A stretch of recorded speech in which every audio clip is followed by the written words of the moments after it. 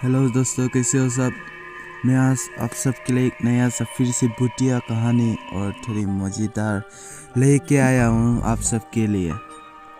फिर चलिए कहानी की और हम सब मिलके सुनते हैं कहानी और साथ में डरेंगे और थोड़े मज़े भी लेंगे। चलिए। दीवार पर लगी घड़ी में रात के 10:15 बज रहे थे। तनवीर अभी कुछ देर पहले ही ऑफिस से घर आया था। वह हस्बे मामूल चाय पीने में मसरूफ था कि उसी वक्त सोफे पे रखा हुआ उसका मोबाइल फोन बज उठता है। तनवीर मोबाइल फोन उठाकर देखता है और कान से लगाकर बात करने लगता है। नसीम एक स्टेट एजेंट है। वो तनवीर को फोन पर बताता है कि हाल ही में आपने जो घर जंगल के इलाके में खरीदा था, मैंने उसकी सफाई वगैरह करवा दी है। तनवीर उससे बात करने के बाद फोन रख देता है। वो मोबाइल में वक्त देखता है तो रात के तकरीबन 10:30 बज रहे होते हैं। शायद वो उसी वक्त अपने जंगल वाले घर जाना चाहता था, लेकिन वक्त ज्यादा होने की वजह से वो सोच में पड़ गया था। लेकिन फिर उसने उसी वक्त जाने का फैसला किया और आहिस्ता आहिस्ता घर से बाहर आ गया। उसने गाड़ी में बैठकर गाड़ी स्टार्ट की और जंगल की तरफ रवाना हो गया। गाड़ी घर की जानिब रवा दवा थी। रास्ते में तनवीर गहरी सोच में था। ये घर तनवीर ने कुछ अरसे पहले ही खरीदा था, लेकिन कारोबारी मसरूफियात की वजह से वो उसे ज्यादा वक्त न दे सका था। कुछ देर के बाद तनवीर की कार मकान के सामने थी। वो गाड़ी से बाहर आया। पूरा इलाका तारीकी में डूबा हुआ था। ऊंचे ऊंचे दरख्तों के दरमियान घर भी किसी भूत से कम न था। वो घर की तरफ बढ़ा तो अचानक उसे ऐसे लगा जैसे कोई चीज तेजी से उसके पास से गुजरी हो। वो चौंक पड़ा। उसने इधर उधर देखा पर वहां कोई न था। वो कुछ परेशान हो गया था। उसने पुकारा, कौन है उस तरफ, सामने आओ। वो आहिस्ता आहिस्ता आगे बढ़ रहा था। काफी देर के बाद जब कोई जवाब ना मिला तो उसने अपना वहम समझकर सर को झटक दिया और फिर इसी दौरान उसकी नजर अपने बाएं जानिब पड़ी तो दूर उसे एक पुरानी लालटेन की रोशनी नजर आई। उसने समझा शायद वहां कुछ है। वो लालटेन की रोशनी की सिम चल पड़ा, लेकिन जब वो करीब पहुंचा तो उसे बड़ी हैरत हुई। वहां एक झोपड़ी थी जिसका दरवाजा पहले से खुला हुआ था। उसके रोशनदान पर एक पुरानी लालटेन रोशन थी। वो रुक गया और बड़बड़ाया, इस वीरान जंगल में झोपड़ी और इसका दरवाजा भी खुला हुआ है। अंदर जाकर देखता हूं कौन है। वो झोपड़ी में दाखिल हुआ। उसने देखा एक नूरानी बाबा आग जलाए बैठे थे और वो कुछ पढ़ रहे थे। उनकी आंखें बंद थी। तनवीर ने सोचा, अरे ये बाबा कौन है, शायद कोई नेक बुजुर्ग है, इनसे जरूर मुझे कोई मदद मिलेगी। ये सोचकर तनवीर चुपचाप उन बाबा के करीब बैठ गया।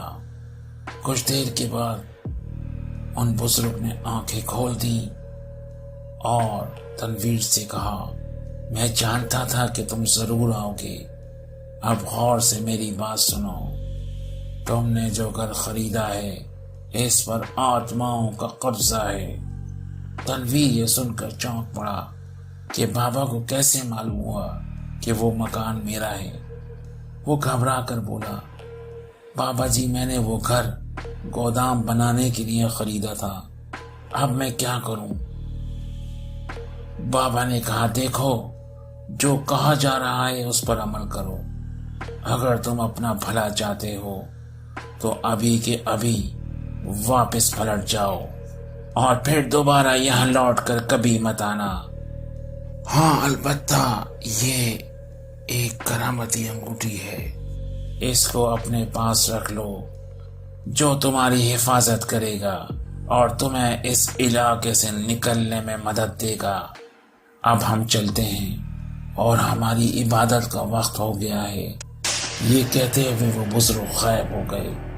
تنویر بوجھل قدموں سے واپس اپنی گاڑی کی طرف چل پڑا، لیکن ابھی وہ کچھ دور ہی چلا ہوگا کہ اس نے ایک درخت کے نیچے ایک لڑکی کو دیکھا جو سر جھکائے بیٹھی رو رہی تھی۔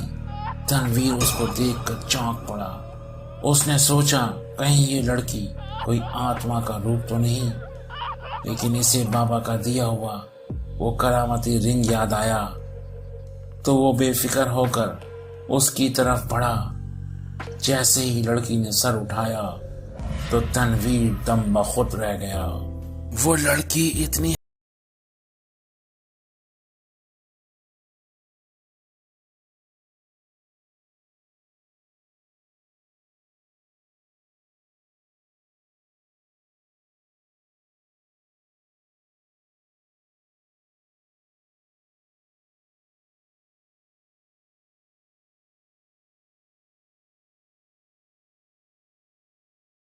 جیسے اس لڑکی نے اس پر چاقو سے حملہ کیا ہو۔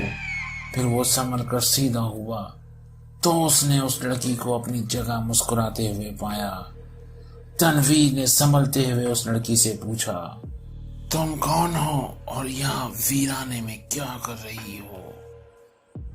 لڑکی نے کچھ جواب نہیں دیا، وہ مسلسل مسکرا رہی تھی۔ اور پھر اچانک تنویر کو یوں لگا جیسے اس کے پیچھے کوئی موجود ہو۔ اس نے پلٹ کر دیکھا تو اس کے پیچھے کچھ نہ تھا۔